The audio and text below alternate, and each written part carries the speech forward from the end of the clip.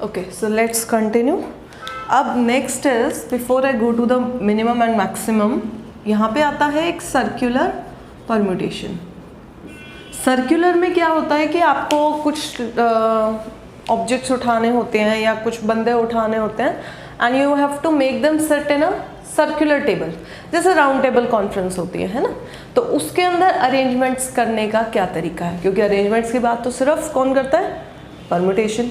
Combination को अभी हम नहीं छेड़ेंगे, सर्कुलर में उसका कोई काम नहीं है. सर्कुलर में it's all about the arrangements. तो सर्कुलर अरेंजमेंट में अगर आप देखो कि suppose I have to arrange 5 objects in a circular manner, A B C D E ही मान लेते हैं, ठीक है, ए बी सी डी ई, ये सपोज ये मेरा एक कॉम्बिनेशन बन गया. This is one of the selection and arrangement. Next will be B C D E A. This is different in a linear way. Linear way में तो यही रहेगा. Next is C D E A B. Next is D E A B C, E A B C D. 1 2 3 4 5. इसके बाद दोबारा से यही repeat हो जाएगा. These are how many arrangements? 5 arrangements. How many objects do I have? 5 objects. And out of 5 objects मुझे किस में करना है, सर्कुलर में अरेंज करना है. तो the basic formula is n factorial.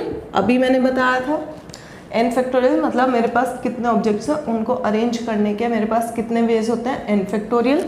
तो n factorial क्या हो जाएगा, 5 factorial, ठीक है ना. लेकिन अब मुझे इसको अरेंज करना है सर्कुलर में. तो just see A B C D E, है ना. थोड़ा सा खुला खुला लिखते हैं. This is B, this is C D and E, है ना. यहाँ से देखो A B C D E first हो गया, बी सी डी ई ए ये हो गया, सी डी. ये पांचों के पांचों अरेंजमेंट्स इस केस में एक ही है. आप कहीं से भी स्टार्ट करिए. सर्कुलर में when it is going round and round, no matter from where do you start, it's just the one combination. तो इस केस में हमें क्या करना पड़ेगा, divide, because we are multiplying with different arrangements. जब हमारा अरेंजमेंट सेम रह रहा है तो हम क्या करेंगे, डिवाइड. तो आई विल गेट डिवाइड बाय 5. इसको if I open is 5 into 4 factorial, I get 4 factorial which is 5 minus 1 factorial. So what do I get as the basic formula? In case of circular arrangements, if I have to arrange n objects, the formula will be n minus 1 का factorial. Correct है, समझ आ गया एक बारी में, easy है. Let's move forward. Circular के बाद बारी आती है tossing a coin. I write it here.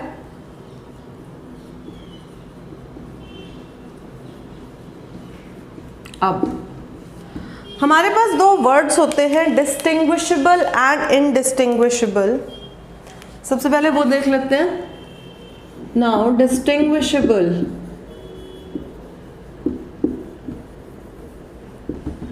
and indistinguishable.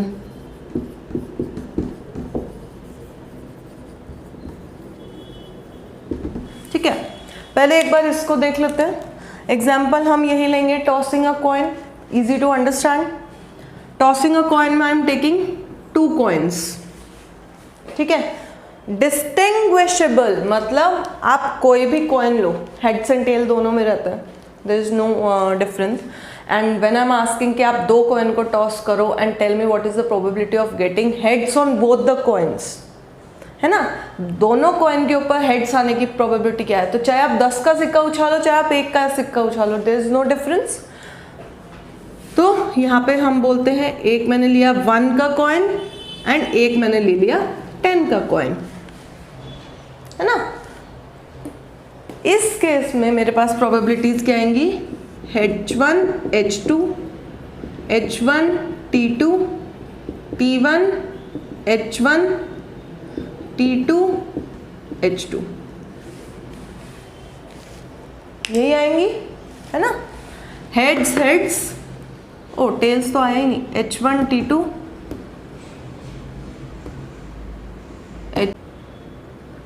H2 T1, ये उल्टा हो गया and here it will be T1, ठीक है। Heads heads, heads tail, tail heads, tail tail, but इस केस में every combination has equal probability, क्योंकि ये क्या है, डिस्टिंग्विशेबल है, क्योंकि मुझे साफ साफ दिखाई दे रहा है कि H1 इज़ फॉर 1 का कॉइन, H2 इज़ फॉर 10 का कॉइन, तो probability for each object is 1/4, है ना।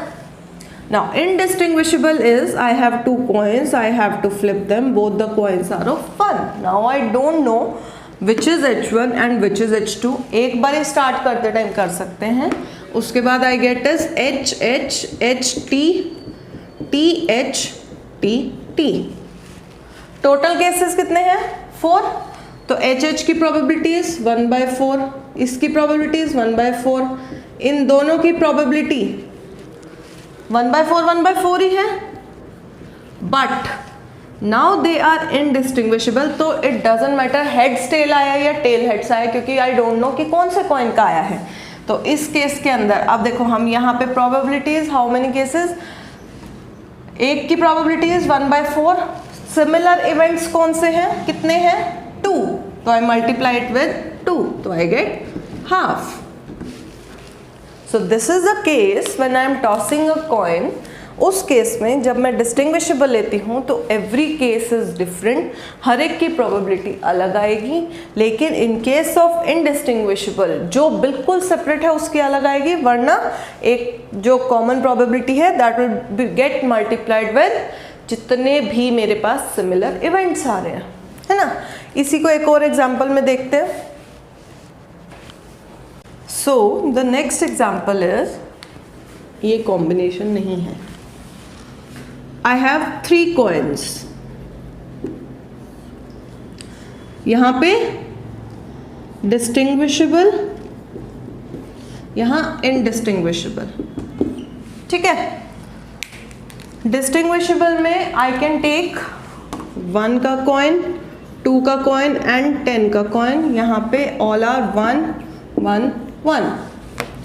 अब यहाँ पे कितने केसेस बनेंगे, H1 H2 H3 T1 T2 T3, उसके अलावा केसेस बनेंगे T1 T2 H1 T1 T2 H2 T1 T2 H3, जिसमें 2 टेल्स हैं।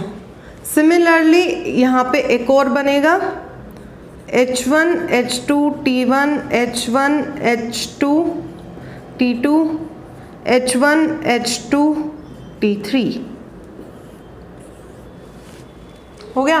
टोटल कितने आए, 1 2 3 4 5 6 7 8, टोटल अरेंजमेंट्स 3 है, तो मेरे पास आया 8, टोटल अरेंजमेंट्स 8। तीनों हेड्स आने की प्रोबेबिलिटी विल बी 1/8, तीनों टेल्स का हो जाएगा 1/8। इस केस में क्या होगा, अब देखो इसमें 2 टेल्स हैं, इसमें 2 हेड्स हैं, दे आर डिफरेंट, टोटल इसकी प्रोबेबिलिटी क्या आएगी, 1/8 ही आएगी इंडिविजुअली, क्योंकि दीज 3 आर डिस्टिंग्विशेबल। सिमिलरली इन तीनों की भी क्या आएगी, 1/8। इस केस में क्या आएगा, H H H tail tail tail, H H T T T H। इसके अंदर ऑब्वियसली 3 कॉम्बिनेशन होंगे, इसके अंदर भी 3 कॉम्बिनेशन होंगे, टोटल केसेस तो क्या रहेंगे, 8। H H T का क्या हो जाएगा, 1/8 H H T। अब देखो ये इनडिस्टिंग्विशेबल है इस केस में, तो इट डजेंट मैटर T1 है T2 है कौन सा है, तो there is similarity of 3 events, I will multiply it with 3। Similarly इसके लिए भी आई गेट, ठीक है ना। इन सबको ऐड करेंगे, I will get total probability as 1। इन चारों को ऐड करेंगे, I get total probability as 1 again. So this is the case जिसके अंदर हम distinguishable and this is why it is very not difficult but important. जब भी हम कोई सिस्टम स्टडी करेंगे the first thing which should come into our mind is कि ये डिस्टिंग्विशेबल है या इनडिस्टिंग्विशेबल, क्योंकि रिजल्ट चेंजेस। ऑब्वियसली इसमें कितना आसान हो गया, आई एम नॉट बॉदर्ड कि एक सेट बनाया, सेट के अंदर वो क्या करे, I am not bothered, all I am concerned is कि वो टोटल कितने बना देंगे उससे मेरे को मल्टीप्लाई कर देना। ऑलराइट, तो ये आते हैं इस केस में। एक और चीज़ देखो, जब यहाँ पे टोटल प्रोबेबिलिटी मतलब जो डिनोमिनेटर है total number of cases was 4, इस केस में इट इज 8। रिलेशन अगर आपको दिख रहा है, कॉइन है, कॉइन का टोटल मतलब चांसेस क्या होते हैं, हेड्स और टेल 2 हैं, तो I get it as 2 raised to power n, where n is my number of coins, है ना, यही आएगा। 2 raised to power n will give me my denominator in case I am talking about n coins। 2 coins 3 coins तो I can do very easily, ऐसे ही हमने कर दिया। लेकिन suppose I have n number of coins, तो उसके अंदर total probabilities जो हमारे टोटल केसेस बनेंगे that will be 2 raised to power n, which is very clearly visible हमारे 2 एग्जाम्पल से। अब इसके आगे चलते हैं, इसको जनरलाइज करते हैं। न्यूमरेटर तो हमने डिनोमिनेटर हमने जनरलाइज करके निकाल लिया है। अब इसके ऊपर की जो ये वाले नंबर्स हैं ये हमें निकालने हैं, दैट इज न्यूमरेटर्स, तो उसको भी जनरलाइज करना पड़ेगा।